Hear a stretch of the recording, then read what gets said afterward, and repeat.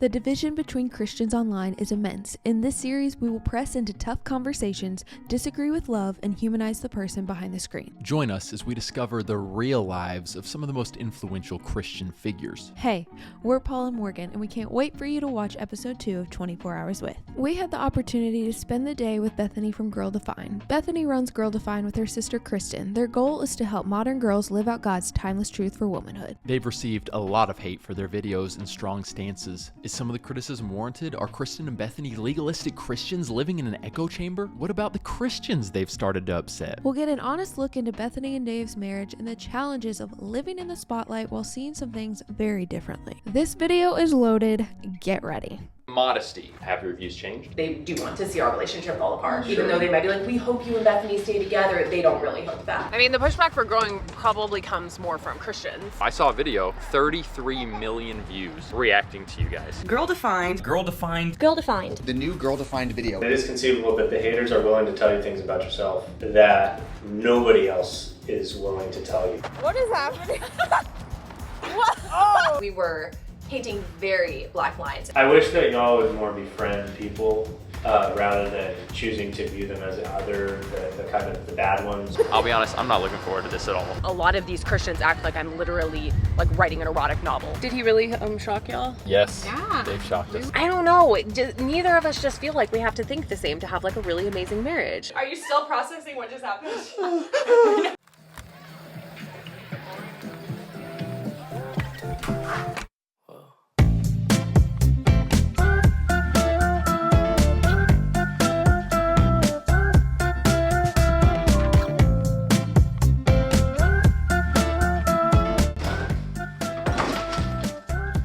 Okay, let's find it. Where's the story of David? You gotta know when to hold up, know when to fold, when to fold up. Modesty?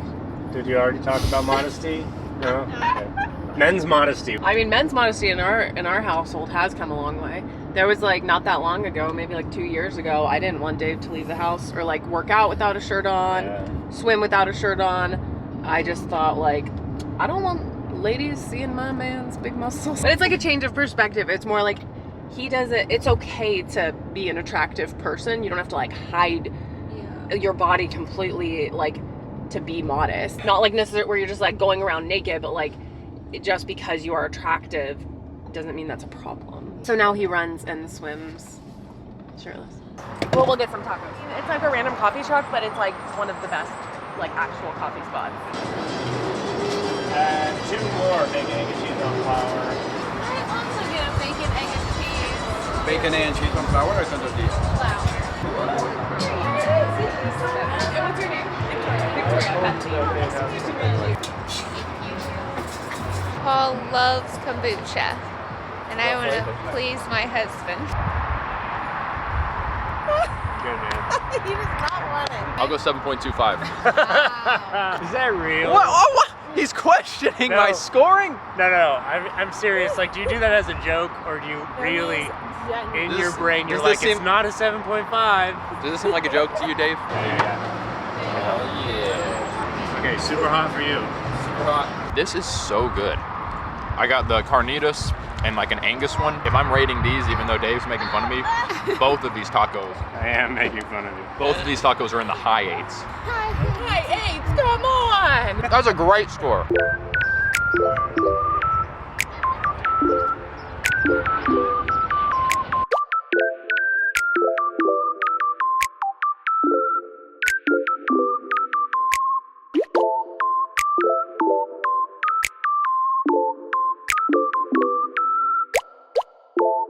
Here's a genuine inquiry, and I just want to hear your reaction to it.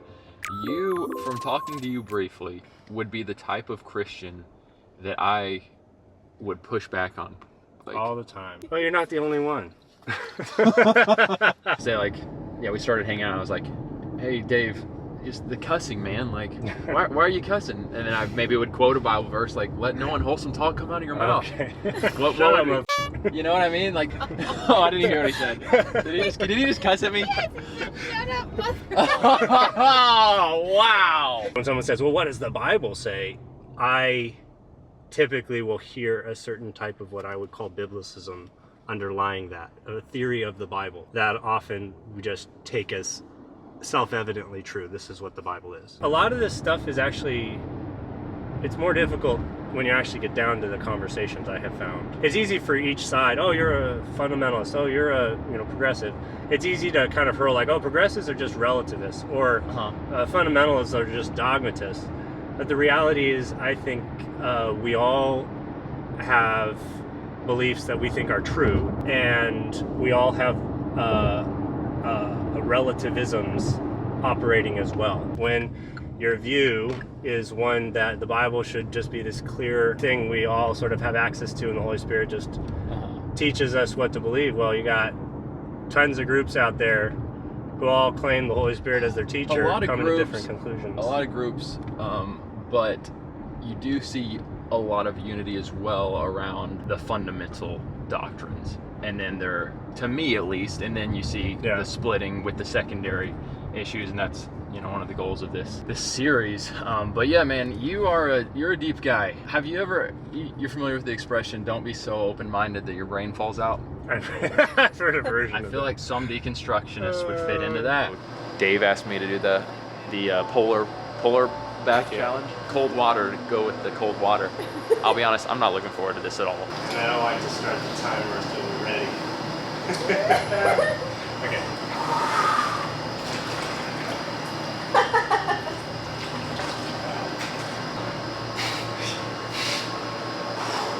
Don't think about it.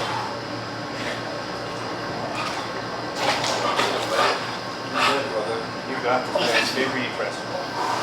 You alright? Yeah. I'm doing great. Bro, you got me for a minute, and I'm out. It's absolutely horrible. I respect this man so much more. Hey.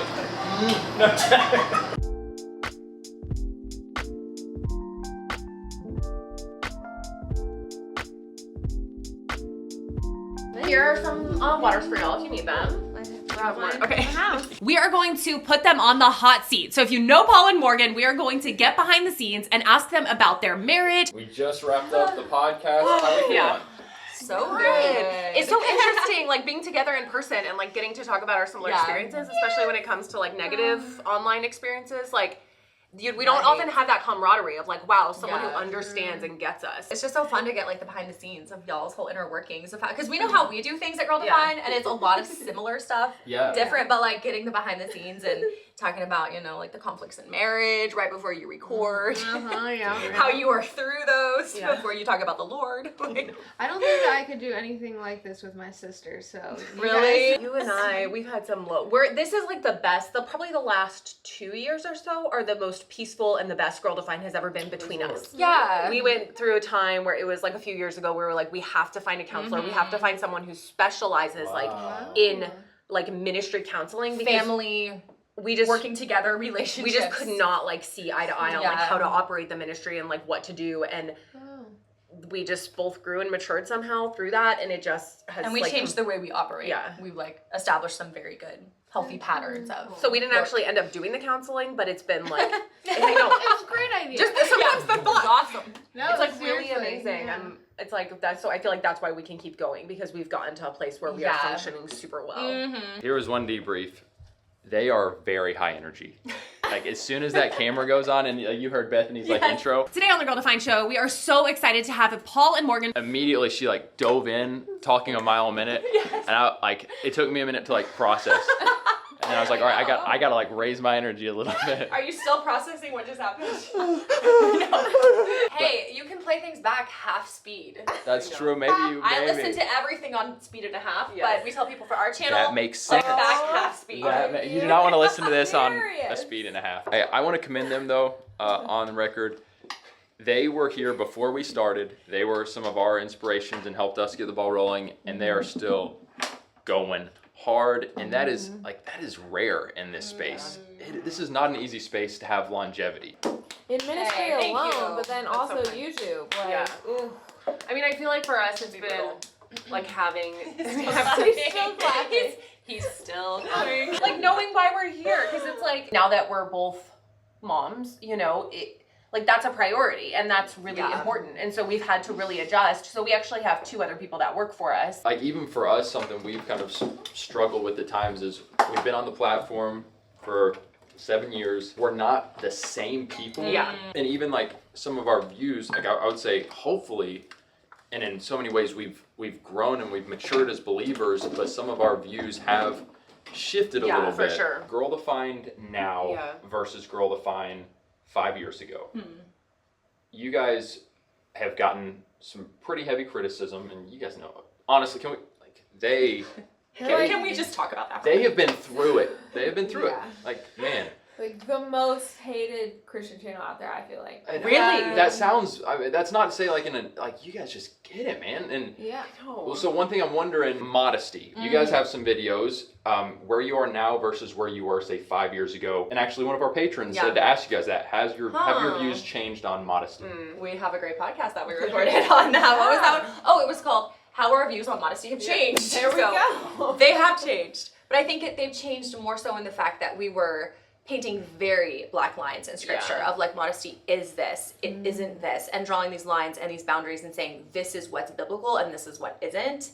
And we've come to realize the scripture doesn't actually draw those lines that we were drawing. It talks about modesty and women should care about it, but not in the ways that we were drawing lines. Like our version of modesty wasn't 100% biblical, I guess. So coming to terms of just realizing like our perspective was our opinion, but not biblical truth. And we've even changed in some of our opinions of what we believe about modesty and our views on just, I don't know, like what would you add? Well, I mean, we don't even think the same on it exactly now. Like we've changed, I think especially for me, like getting married. So I was like single for much longer than you. And so I had all these ideas of like, oh, modesty and men and like all of this stuff. And then getting married to Dave and him sharing more of like his actual thoughts with me, and then me really asking myself, why do I feel like this certain thing is modest and this isn't? And something for me even recently that I've really realized is that I had this idea that almost like if like attraction was almost like immodest. And so for me, I wanted to wear more like looser clothing, not really show the fact that I was a woman, because I thought, oh, that's like part of the problem.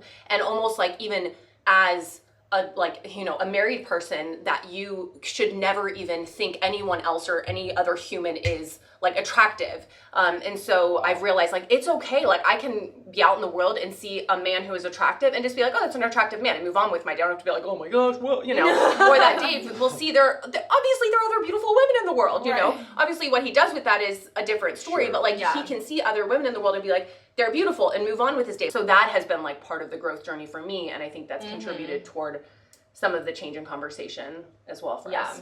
Yeah. Let me go a step further. Look at someone like Joshua Harris. You guys are obviously familiar with Joshua Harris.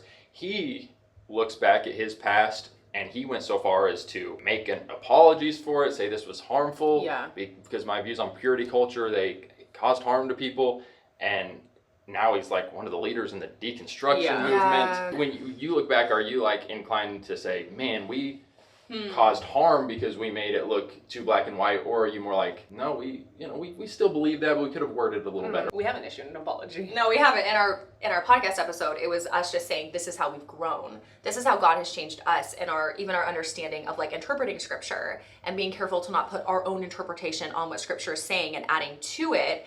But even looking back on like the way that we approach modesty, we would even say, I remember, even in our little booklet that we wrote on modesty, we were very intentional to say, we're just showing you examples of what we do, but this isn't what you have to do. The podcast episode we did on it was us just saying, like, this is how the Lord has grown us. We've always, from the beginning of GirlDefined, I said, go to the word yourself. Like, even with the modesty, we were like, go to the word. Well, can I just say, I saw the Project Modesty video. I think it's been removed. And for some of the reasons you were describing. It can be really hard to find modest shirts right off the rack. But with a little creativity, you can make a lot of them work. Low-cut shirts. You can add a cami underneath, you can add a scarf on top, or a button-up underneath. And shirts that aren't fixable, just stitch them. A good saying is, when in doubt, go without. I kind of liked it. I got it, because you guys did get specific. I didn't feel, from me watching it, that it's like, you have to do exactly, what, you know, because you guys were like, you can dress modestly and fashionably. It was like dressing modestly and fashionably. We were trying to inspire. Like, look at how you compare clothes. Was it a little shorts? Those outfits were scary. Back then, that was like 8 years ago. Yeah, right. But was it maybe a little cheesy? Like, sure, some could say it was, or the. We have many cheesy. Okay, now we're offended. We thought it was really good. But no, you guys were showing like, if you're gonna wear this shirt, if you want to wear it, maybe wear this type of shirt underneath it. If you're gonna wear this, and I'm like, it's just practical advice. So but I appreciate you guys saying like, we've grown in this way, but we cannot expect a GirlDefined apology tour. It's not gonna happen. All right. And what does it fix? What does it fix? Right. What does it fix except for appease the haters? Which that's not our goal. No, they want you on the stake after that. They don't like. It's We never will gonna be share enough. how we've grown The and steak changed. fire. What is it called? The Oh, steak. no, The grill. They want you gone. burned at the stake. Yeah, they want you to do what Josh Harris did. They don't just want you to apologize. Yeah. They want you to completely deconstruct and have rainbow flags and do what he's doing. So We're not doing that. No intentions to deconstruct No, from GirlDefined. Not gonna happen.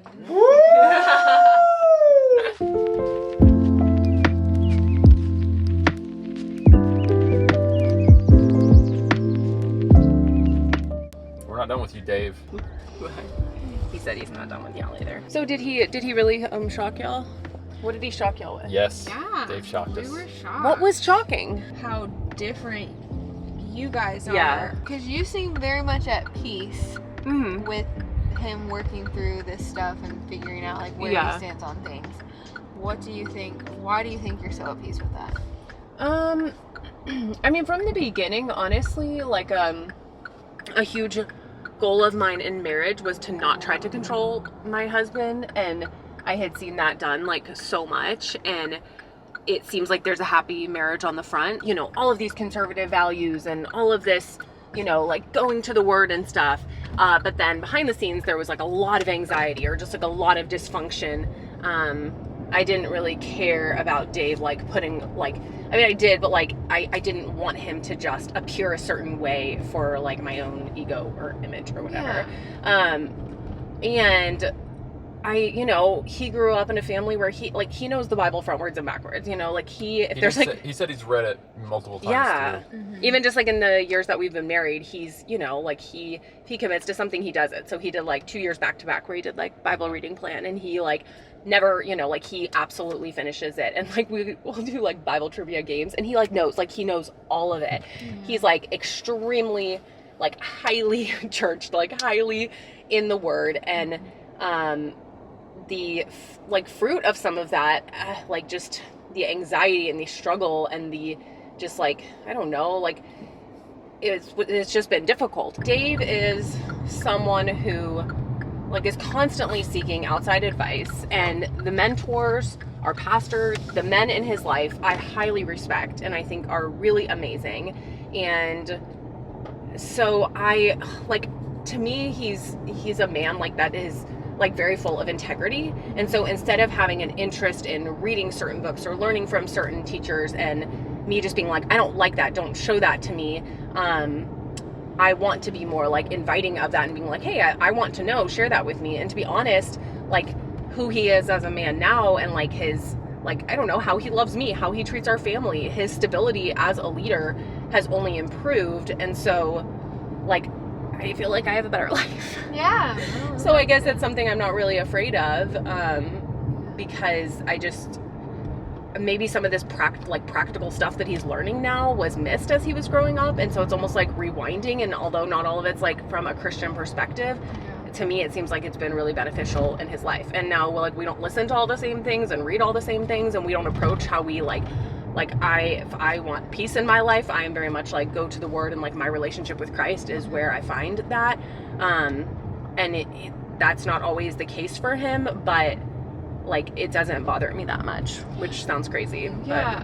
But how do you feel like it will affect kids, like your all's kids, as they start to get older, start asking questions, like they ask him questions and about the Bible or about just like, whatever, something very stereotypical that like Dave and you might see totally different on. How do you guys think you'll approach that?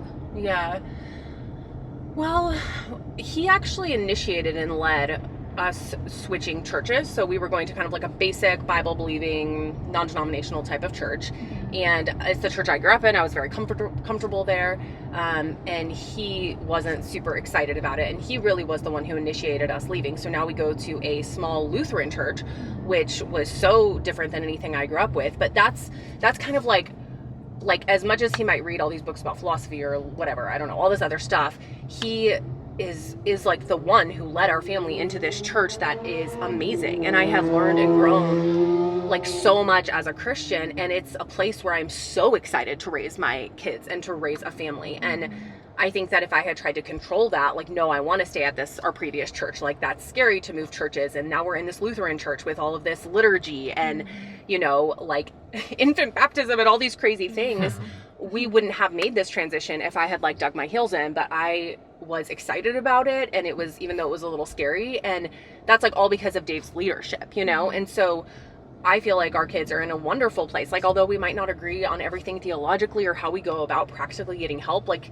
he to me is someone who is like very much has like a true genuine faith. It just looks really different from mine, but I view my kids as having like an incredible dad, and I think they're going to be like extremely stable and not manipulated into the faith, or not like coerced into like, this is, you need to look this way and act this way, and then when they get older, like ditch it. I think they have a dad who's extremely authentic and genuine, and in the long run, to me, that's like going to go so much further than him looking like this, you know, ideal Christian man, whatever that is. If that makes sense. Yeah, very interesting.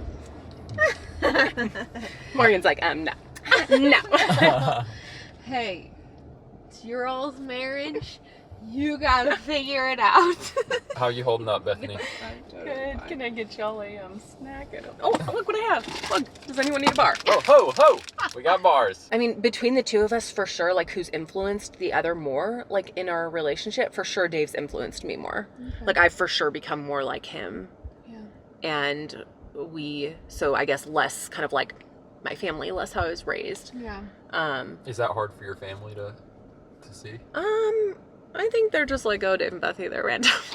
I know, those two crazy kids. Everyone so far has been like super respectful and like very much like, you know, as adults, like respecting each other's views. Maybe if we were like ditching the faith or something, but it's like we're still super strong Christians. It just looks different in some of the gray areas and secondary issues. I want my views to be challenged because I don't just want to live in a certain way or believe things because I've always believed them and they're like not actually true or beneficial. There might be a better way to live. I have a feeling that like a lot of people who watch your stuff, who hate watch your stuff, are like, she just lives in an echo chamber. She's not surrounded by anyone with differing opinions. I think they would be shocked to know.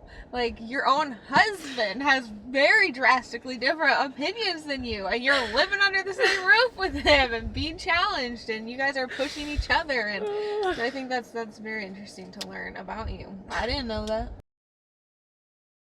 Play with our family, and everyone's like at the same level as us. So Dude, no, this will just be fun, man. 18 weeks pregnant. Can I beat them? Baby number 2 is gonna be a big boy. No, he's tiny.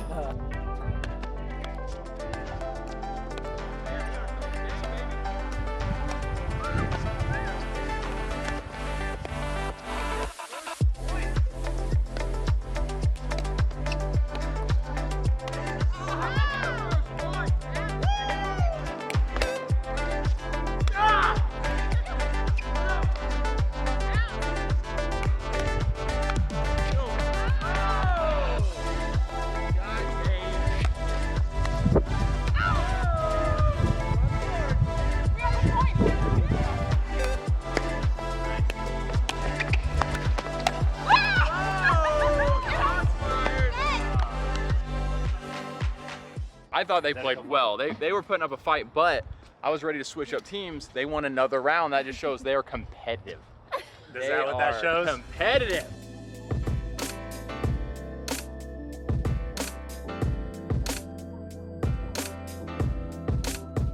Do a cool move for us, Dave? Like a cool CrossFit move? Yeah, I can knock one out for you. See what you got, dude. I can flip up from my back. I just learned how to do this. Oh, don't hurt yourself. Don't hurt yourself. This would hurt Paul. Whoa! That is CrossFit. grasp it. They got it. Here, let me try to match it. Oh yeah, you. No. No, okay, I won't do that. No. Just try something. You are gonna hurt your back.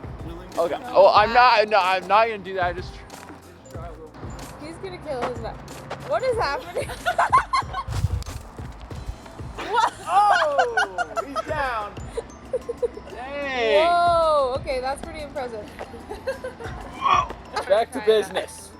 Actually, that's great. That'll make your conversations better if we get a little jumpy exercise. Oh, yeah, totally. Definitely, yeah. Okay, Bethany, we've talked a little bit about like how you and Kristen have grown in your views and whatnot, and I feel like you all get pushback for growing. I mean, the pushback for growing probably comes more from Christians. Yeah. Because they're like used to us being a certain way, and they like the, I guess, the more conservative black and white version of us. We've been accused of, you know, like conservative Christians are like, we can't follow y'all anymore. You're basically like becoming feminists. And it's like, have you seen like all the stuff we're posting? Yeah. That's kind of like a big claim. Like, you guys are becoming feminists. What are they going off of?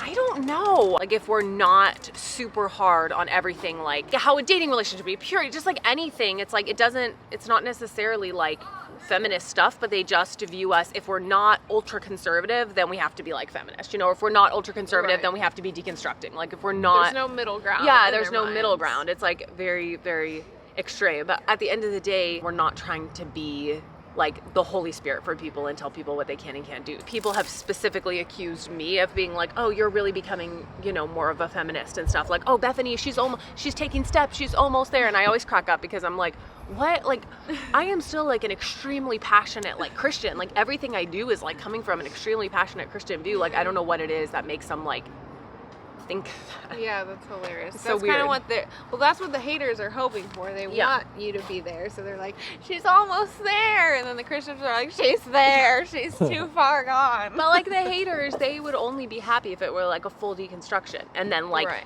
hating, going out and like hating GirlDefined or making apology videos or whatever. It's Yeah. like, I'm, you know. Whoa, that was a big one. Why is it so fun for boys to like I throw things don't on your know. head? But Luca is literally obsessed with throwing things at us, and I'm like, Why do you want to destroy see us? my life flash before my eyes. I got a question on that. Just Yeah. a little switch. So, you know, we're talking about the haters. They say something like, Kristen and Bethany's views are still problematic, and again, these are the hate videos. Yeah. Still problematic, but I am seeing progress with them. From my research, I'm seeing a trend of that. How does that make you feel, and is that a good thing that they're saying that? I don't take that as a compliment. I don't, well, because what do they want? You know, what is progress to them? We are really trying to have more of like okay, the gospel is the most important thing. Secondary issues, like, instead of saying like, this is the way, either that's our opinion or, you know, and I guess they view that as progress, moving away, I guess they view that as moving away from scripture, but the reality is we still have very strong convictions and beliefs. We just don't necessarily always put them out there in the same way. Maybe we're not as far as they actually think we are. I mean, Kristen and I have a book coming out in the fall, and it is, shout out! it is like so hardcore GirlDefined, but in like the best way possible, and I'm so pumped about it. It's like everything, like like if you have read the first book, GirlDefined, and you're like, wow, that was a lot, this book is gonna blow your mind, though. Because it's like, it really is. Nice. So we're not going anywhere. How does it make you feel? Because I was watching a video today, haters, criticism videos. You guys get a ton of it. GirlDefined, once again. Girl declined. GirlDefined 2. GirlDefined. The new GirlDefined video. GirlDefined posted a video. No, I saw a video. I know I did. 33 million views reacting to you guys. Yeah. And I'm just like, well, first off, what do you think is so appealing about people watching videos on you? Like, why is there so much interest around you guys? I mean, honestly, I have been trying to figure that out. I don't know if it's like the dumb blonde stereotype or if it's because like we're sisters. Like, I've wondered that. Like, why is there just like this explosion of people that love to make cringe videos about us? What do you think? Oh, what do I think? You guys were some of the first ones, and you guys were, okay, you all are very bubbly. You're very bubbly, energetic. Like I already said from jumping in the podcast with you guys, you turn it on and it's like, well, like high energy. I wonder if some people would say like they're making their lives look so perfect and bubbly, and it comes across fake. People have said that, yeah, which is, it's who we are online and like on social media and stuff. Like it really is like a very accurate representation of like our personalities and stuff. Like people have caught that. Like I'm probably more bubbly and more energetic and loud than Kristen, and people have caught those things about her personality. Like I'm more spontaneous, she's more well thought out, you know? So it's like those things, those are true about us, you know? So like the high energy, the fast talking, like that's always been, but people also have a lot of other misconceptions. Like people think our family's like super wealthy, or that we were just handed everything, and so we're extremely spoiled, like these privileged kids. And we've talked so much about like, our parents literally moved to Texas with like $300 and their like really old beat up car, started a business from scratch that provided for all 8 of us kids. Like we grew up in an extremely small house, always drove old cars. Like I don't know why people think we're just like these super stuck up, like fake plastic people. It's like, where'd you get that idea? Like that's we're not. So interesting, because like people have said that about us, and so I wonder if just like people just assume that like influencers or social media people are just always like come from rich families and lots of money. No, we're not from Utah. We don't have that rich Mormon gene. I'm sorry. Oh, Dave's laughing. Get him. It's because all the Mormons are like all wealthy. All the Mormon influencers. LDS. Okay, so intimate wife. Intimate wife. The intimate wife Instagram. Well, okay, first of all, you started on your own Instagram page. Making content all about sex. I'm saying it quietly because there are children around. Get away from the children. And you ended up like basically like being thrown in Instagram prison, first of all. So that's insane and weird. But you also, I feel like, probably receive a decent amount of pushback from Christians being like, you're being way too edgy, you're being way too open about sex, and you're taking away from the gospel. Like you're taking away from what you could be discipling young women on. How do you go about that, and like people telling you how to run your platform?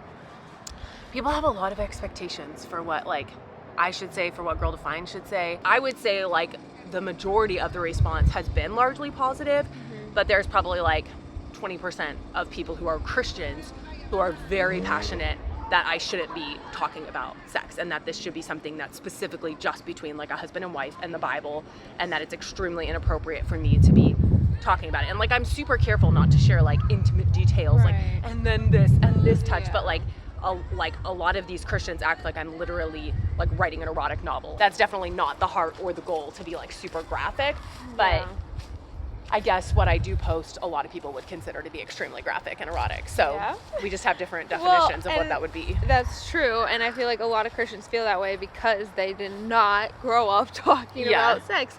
And that's, you know, one of the reasons you're doing it is for those people who want to learn, who have that desire to have a healthy sex life. People were so mad at me for talking about how I saved my first kiss for marriage. Like that's been people just like, you're so, you know, damaging, and like all this stuff for telling, you know, even sharing that part of your story, you know, like how you shouldn't. And I'm like, that's just my story. I'm not saying other people have to do that. So then when I got married, and then as I've gone, you know, on in marriage and started talking about more about like sex and marriage and stuff, now people are like it's like you can't don't feel like you can win. You're like, okay, you're mad at me because I talked about saving my first kiss for marriage. Like that was too extreme. And now I actually talk about sex and marriage, and that's too extreme. It's just like, what, you know? And my question is though, like, okay, if other Christian women aren't talking about sex, who do you want talking about it? You know? Do you just want it to be Google? Like, do you just like realistically? And the part that's hard for me is, you know, I see these hundreds and hundreds of women who go through the course that I created, the sex course where I interviewed all these experts, and I'm like, they're literally paying money to go through this. There's a need, you know, like they need this and they want this. So you might be over there like complaining, like, how dare you? But there are so many women who have had years of struggle, and it's like, where do you want them to go? They've never felt like they've had anywhere to go. Like, shouldn't we be celebrating that there are more Christian women talking about this rather than trying to like silence them? And I have people who tell me like, when will you listen to the voices? You know, you have people correcting you and giving you like wisdom to stop and to like shut this down and to not talk about sex anymore. And they basically act like because them and several others, you know, 20% of them online are telling me to shut down, that I'm basically just like this super rebellious, I don't care about wisdom because I'm not shutting down because they want me to. So it's just like, it's just crazy. I don't understand. Like, I don't know what they want for Christian women, you know? And I, like, what about their own daughter? Are they talking about, like, what? Who? Right. It's just so mind-blowing to me. Has there ever been a reel or post that you've made and after posting it and getting comments on it, you're like, okay, I went too far on that one? I post things. Shameless. I post things and I don't think that they're a big deal in the moment. Yeah. And then later it turns into a big deal. So I posted a reel. Yes. And I'll say it and everyone's gonna be like screaming. It was about Thanksgiving. I knew you were gonna say that one. We talked about that one. I literally saw it pop up on my phone and I said, Morgan, look at this. Okay, I did not think about it. All I said is I asked Dave what his favorite dish was for Thanksgiving, and he said me.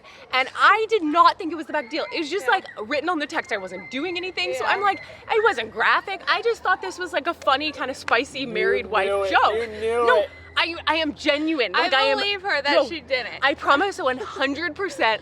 I didn't, when I posted it, I was not thinking like, this one will be a controversial, like this one is gonna, that's what happens. Like I do that sometimes.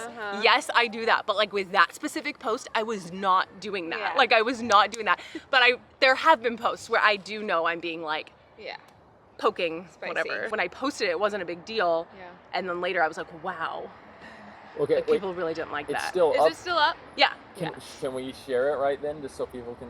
Oh, we'll plop it in. I feel like we got to, and then people can take it how they want.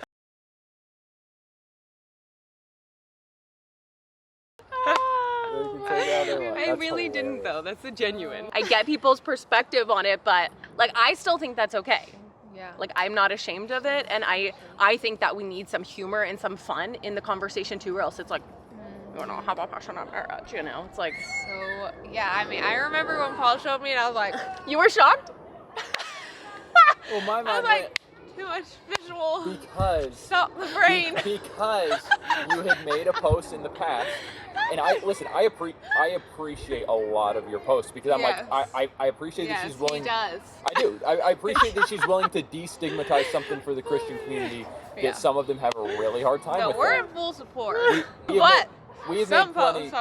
I did not realize how controversial aspects of intimacy could be. Like genuinely, it's not until I started talking about like intimacy and you know, different things within intimacy that I realized like, wow, this is very divisive amongst Christians. Oh my goodness. In my mind, it's like, it's a husband and wife. Like, enjoy what you want. Like, why are we trying to, like, I do not get it. Like, if it's between the husband and wife and they're both on board, you're not bringing other people in, like, all of those basics, like, what is the deal? So it's just shocking to me. And there are people I know, like, we have had it out.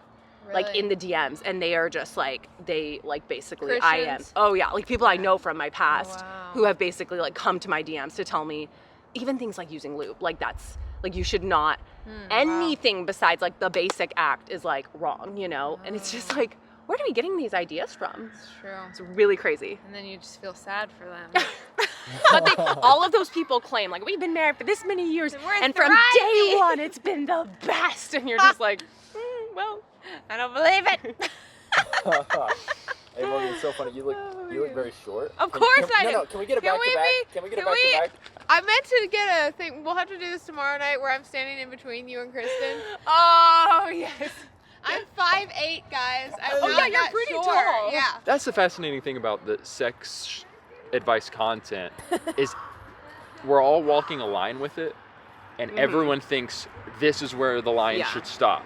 And it's like, you're putting yourself out there with the hope of helping Christian marriage sex lives, and there's not a lot of content out there. Yeah. So you're taking risks, and I would just hope that the audience could give you some grace of like, I support you. Oh, you went maybe a little further than I would have gone, but as a whole, well done. Yeah. I don't really feel like there's that balance, you know? Well, is that too much to ask? That's the Come whole on. point of this project is like waking people up to see like you don't have to agree with how Bethany Beal does it. Yeah. But you can still support the fact that she is pouring into the kingdom, just in a different way than you would or that you feel called to. And I'm sure you could literally spend an hour easily just going over testimonies of there was this Christian couple and they were suffering in their sex life, and you, because it's such a huge part of marriage. Guys, hope you're enjoying episode 2 of 24 Hours With. We are so excited to be continuing to release episodes to you all, and we just want to make it clear, like, we really believe in this project, and we cannot do it without the body of Christ coming together, uniting, and pouring into this as well. Consider becoming a patron or doing one-time donations. Go to patreon.com. Any tier is a huge blessing, and I think we're up to 18 24-hour tier patrons, which is awesome. 24-hour tier patrons get early access watch party with us, bonus footage behind the scenes, all that. You guys are crucial to the success and the mission of this project. Patreon.com/Paul and Morgan Show. All right, back to the episode.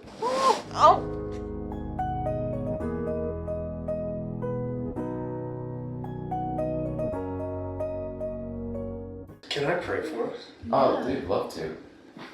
Paul, are you surprised you're still? Oh, dude, it blesses my heart. It warms my heart. God, thank you for our friends, and thank you for this food, and thank you for Bethany making it. Pray that you bless it, bless our time. In Jesus' name. If there was like one YouTube channel that you'd say is your favorite, who would it be? Mostly I listen to Megan Kelly, and that's about it. Okay. Oh, Megan Kelly. I like her individual. Don't you dare say anything bad about Megan Kelly. Don't you dare! I love Megan Kelly. I think she's cool. Massive toe cramp. So crap. Toe cramp. Oh no. Someone help her. Help her. I need more water or something. She should have come to the clinic tonight. Dude, if she would have been to the clinic, that ice bath in the heat. Okay, who's more emotional out of you two? Who is more likely to cry? Bethany for sure. But you're a crying man. I am a very crying man, but relatively speaking, she will cry more. Do you guys like get people being like, you guys are too happy and joyful? That's the weird thing though. It's like miserable. Kristen and I have both been through like hardships, you know? Like I mean, What, you didn't find a parking space up front? Oh man. That's what people think about you.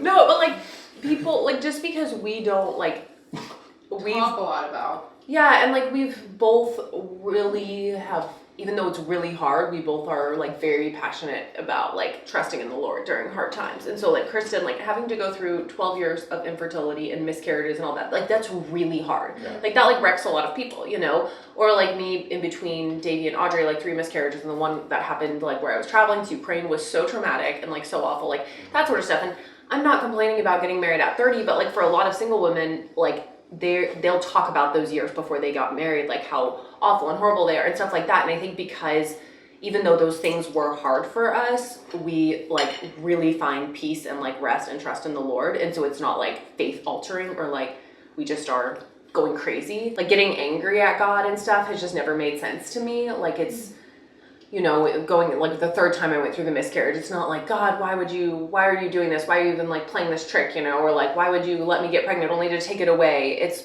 like, I know he's good. And like, I know we live in a fallen world. And so I just understand like, he is my place of comfort. Sometimes I struggle with the tragedy and you're describing your tragedy. And I just imagine sometimes like horrible situations. Yeah. And I'm like, it's hard for me to see, and it sounds cliche, but see God in them. Like, like God, if you're really involved in our lives, how could that happen? You're able to not really like go down that.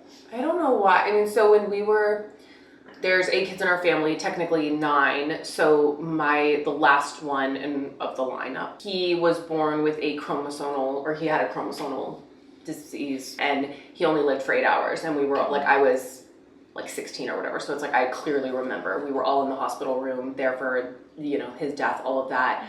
And it was extremely difficult and so hard. And, you know, I was just a sister in that situation. I cannot imagine being the mom, you know, but seeing my parents, how they dealt with that and how they handled that was extremely inspiring. And I still think about that, of just how they didn't get mad at God. They weren't like we really drew together as a family through that whole experience, and our community really surrounded us. And that's something that even to this day, like really has impacted me in a positive way, because like now as a mom too, I'm like, that is so hard to go through something like that, to literally lose your baby, you know, after carrying it for 9 months, only being able to like literally, you know, the funeral, everything. It was so dramatic and traumatic.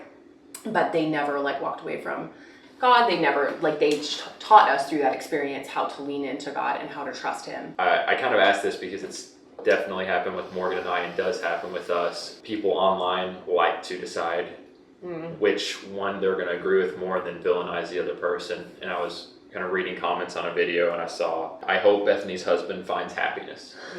Oh, I've heard that one before. That's been our story. I hope Morgan finds happiness. Yes. And when you hear it, freedom, when you hear that so many times, it can start to...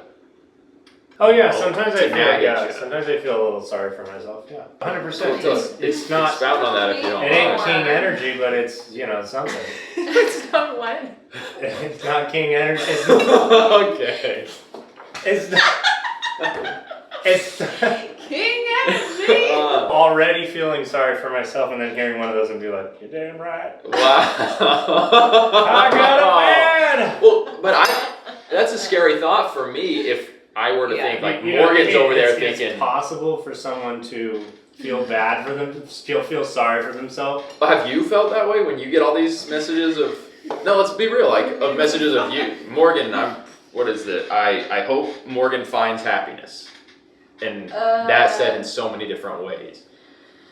I would say that Please say no. Please say I'm being real. I hope these aren't sticking with you. We're gonna have a check-in. Like, Morgan can do so much better. That type of stuff. No. None of that stuff is. I've never been like. Oh, and then we're getting back to you guys. And none of that stuff about like you're being mentally or emotionally abused. Like I'm like, you guys are idiots. Like, I'm sorry, but idiots, total idiots. But I will say there have been times when like maybe someone has said something of like, I'm trying to think. Oh no. Where's she about to go with this? What is it? Well, okay, this is just something that like Christians and haters will say of like, Paul cuts you off when you talk. Like, he's not like listening. Like, he's not respecting your voice. But they like take it deeper, and they're like, it's because he doesn't respect you. Blah, blah, blah. And I don't think that's the case, but I am like. But then y'all talk about it? Like, are you like, why do you cut me off? There are times when, like, after a video, I'll be like, hey, like, you cut me off a couple times. Like, can you chill out? And he's like, you're right. Like, I'm so sorry. I'll chill out. And he does. He does a good job with that if I point it out. It's just like the way people take it deeper, and they're like, Yeah, no, I've never sat around and been like, oh, they're right. I am in a terrible marriage. He is the villain. Are you finished? Yes. Hey, that's fair. Like, it's real life. To me, though, in all reality, like, that is a little bit scary. It's a little bit scary because it's not our friends close to us or people from church. It literally can be like multitudes online, sending DMs, commenting, making videos. So it's just the thought of that in circulation. The stuff online, I think the part that gets like the comments and all of the messages, like, I'm the villain, you know. And I think the only time it gets frustrating for me is if just being honest, is like when he's like, it starts interacting with them, and sometimes I feel like starts like, oh, like they're actually really nice people and all of this, and almost like it feels like it's now like them against me.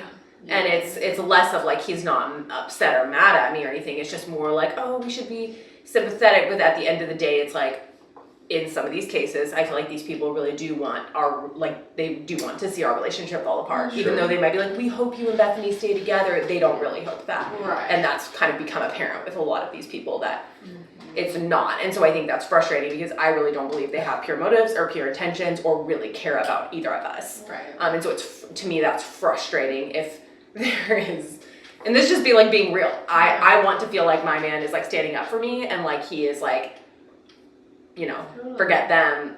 They're like, why are they coming after my girl? And so when you're like compassionate toward them, it's kind of like, how could you? Yeah, it makes me like, I feel bad. Like I choose to, but it's hard. Yeah, so in order to deal with that, because I don't want to, compromise my own integrity by dropping the fact that I think that a lot of these people are not as evil as sometimes we talk about on the one hand, but I also do want to be a very strong, rock for Bethany and stand up for her as her husband and all that. So typically my solution has been just to not talk, not have those ongoing conversations. It's hard but because we do have different views about this. I guess it's hard for me if I feel like, okay, you're building relationships, man, woman, I don't care, with people who hate me. I mean, it's like, I can imagine if I'm in your shoes, like, it's got to be nice to be the one with that they really like. And then if you're feeling frustrated at me for some reason, like, yeah, you are kind of right. It's like, I can imagine if I were in their shoes, whatever, it's got to feel a little bit good to be the one that they like. Yeah, I think they kind of see, from some of the videos I watched, I think they kind of see you as more progressive in your views and more open-minded, where they would they would look at Bethany and be like, Bethany looks at the Bible and she proclaims what she sees to her following, and it's pretty black and white to her. And Dave is over here kind of looking like the mediator, like he's kind of coming our way. He doesn't see things so black and white. He's a very nuanced man. I think Dave could come our way. They're kind of, I think, rooting for you when they feel like with Bethany, like, she's probably never going to, but maybe we could get Dave. So I could see how that would sting for Bethany in particular, of like these people, maybe they're not all horrible, but they're not looking out for our marriage. Well, I feel like they would like to see me. They would love to see you leave me and go off and do something, and they'd love for my life to just like, they don't just dislike my message, they don't like me. That's largely, I think that's largely true. Yeah, so it doesn't feel good for me to see you like, trying to like, I don't know about these relationships as they're proactively telling you like, we want you to have a happy marriage, but we would be, we understand if you need to leave. Because that was what they were doing with Morgan. They were saying suddenly they really liked Morgan. They were bashing us for 2 years. Yes. And then the video gets made about me of being emotionally abusive, and then suddenly they love Morgan and they're saying, Morgan, how much do you need for me to pay you to get out from him, like get away from him? And it's like, suddenly you're really supportive. Money? We could have maybe utilized that. I would have been like, send me all the money. But suddenly they're really friendly with you. Get out? No, I'm still stuck. Send more. Right. Just a little bit more. It's so true though. Yeah, like out of nowhere. Yeah, and it was all so, for me, it was so clearly, I was just like, you don't give one hoot or holler about me. You love the drama. I think they love the drama. I think that's a part of it here. I want to kind of, there's so much that could be said about this. Is a lot. I can see, the people who have made videos about us. Cody Cohn, he kind of started this all off with like GirlDefined. His video has like 33 million views or whatever. I wish I hope he has a wonderful life. I hope he gets married and has kids, and like I hope he makes lots of money, Like my kids will be very tall, your kids will be very short. But seriously, like I have no desire to like get on some channel and be like, turn Cody Cohn down. And I totally believe you. Agree. But so the point is that I feel like there are some people in life, whether they're a fan or a hater or whatever, they approach social media or people they see online, and the ones they disagree with, they like really wish ill on them, and they hope like, and then there are other people who don't do that. And so it's like, my thing is like, the people who are actively on these hater channels or on these Reddits or, it's like, they have that gene of like wanting to see people like go down, wanting to see them demonetized, proactively coming against like their sponsors and trying to get them shut down. I think there's a lot of that energy there, but I don't necessarily think it's unique to that group. It is conceivable, I'm not saying that they all do, but it is conceivable that the haters are willing to tell you things about yourself that nobody else is willing to tell you, unless you have the type of people in your life that will call you out. And a lot of us surround ourselves with people who will not. But I feel like we are wise, and we make sure that we have people in our lives to call us out when it's necessary, even if it's one another calling each other out, and you two. Did anybody ever call you out for cutting her off before a hater?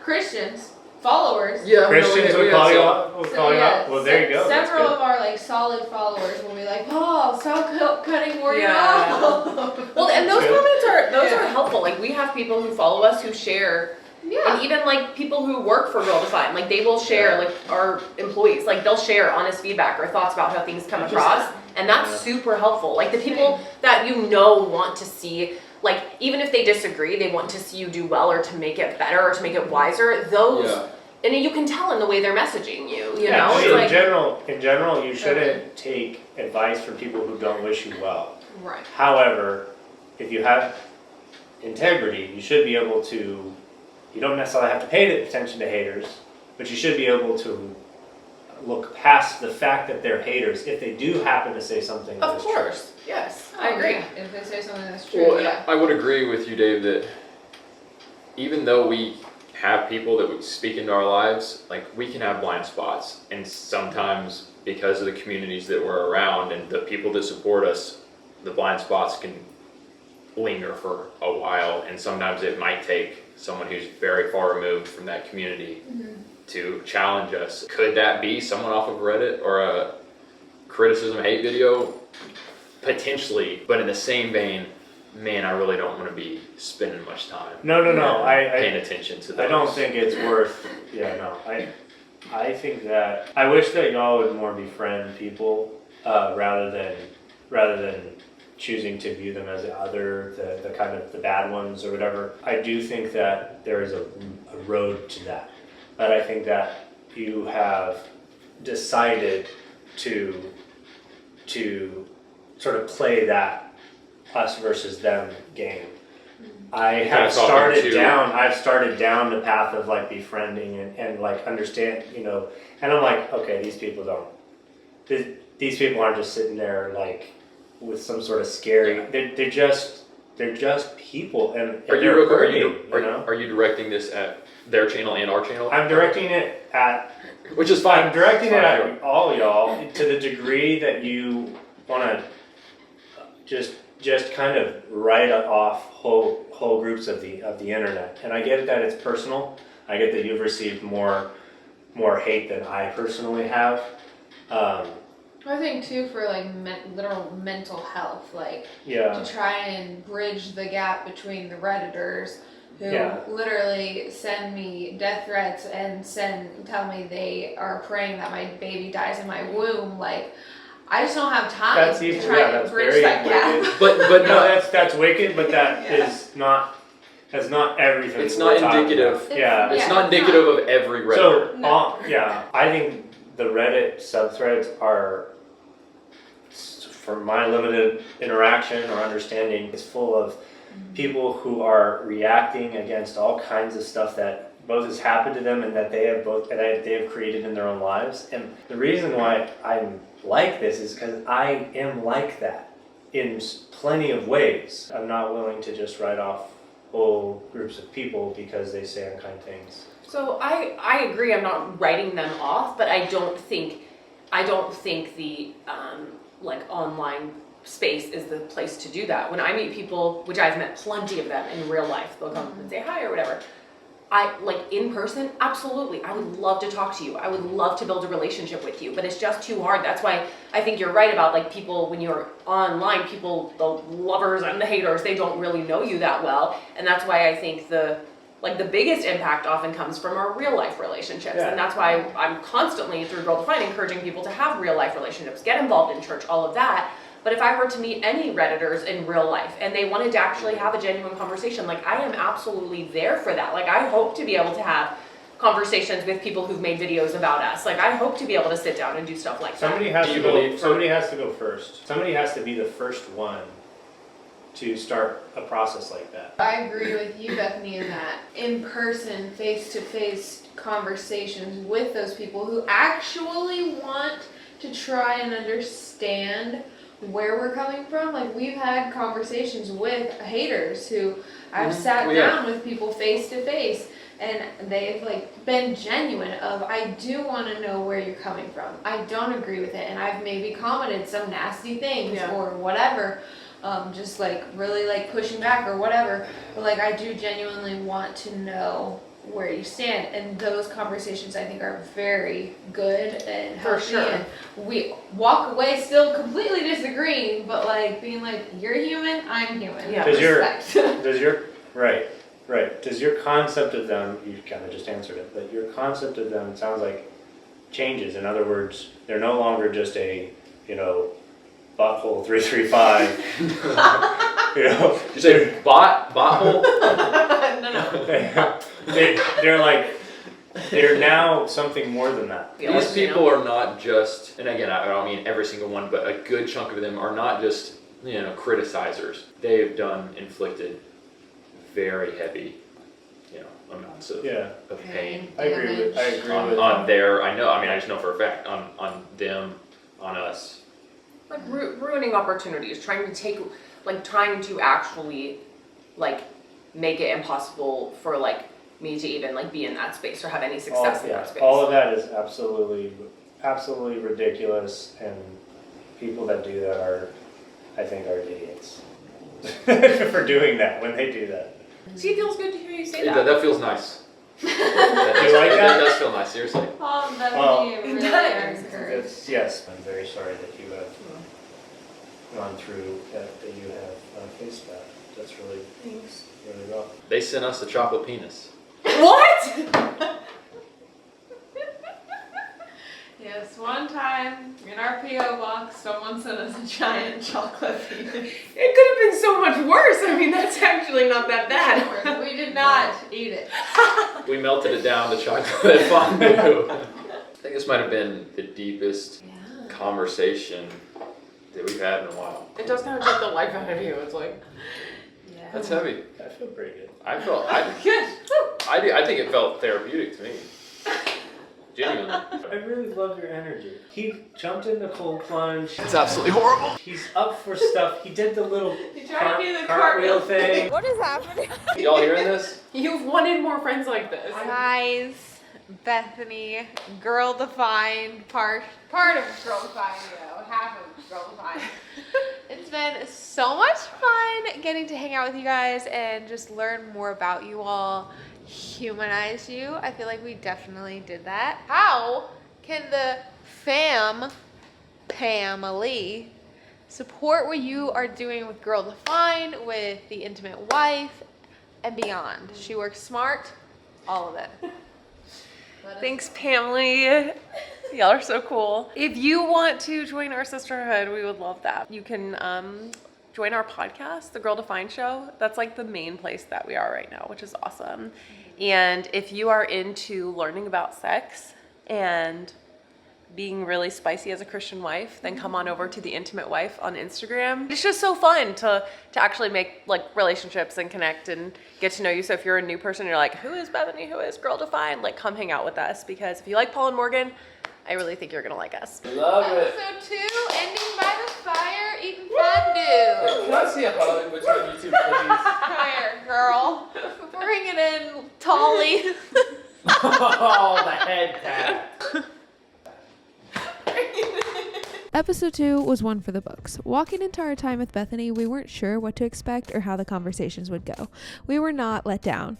Our day with Bethany and Dave was filled with laughter, shock, and challenging conversations. Dave and Bethany's marriage surprised and challenged us in many ways we were not used to. They were so different, but clearly committed to one another. They chose to love and sacrifice for one another despite their differences. One of our goals for filming with Bethany was to help humanize her to the viewers.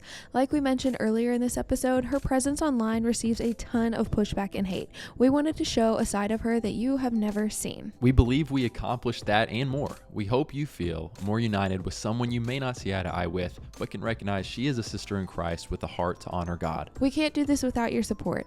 If you believe in this mission and want to support the project, go to patreon.com/Paul and Morgan Show or send a one-time Venmo donation. Links below. Unite, grow, entertain. Behold how good and pleasant it is when brothers dwell in unity. Psalms 133:1. Now breathe in all your anger and frustration towards your father. I forgive you. Wait, I'm getting y'all's feet. Sabrina. I never hug a man twice.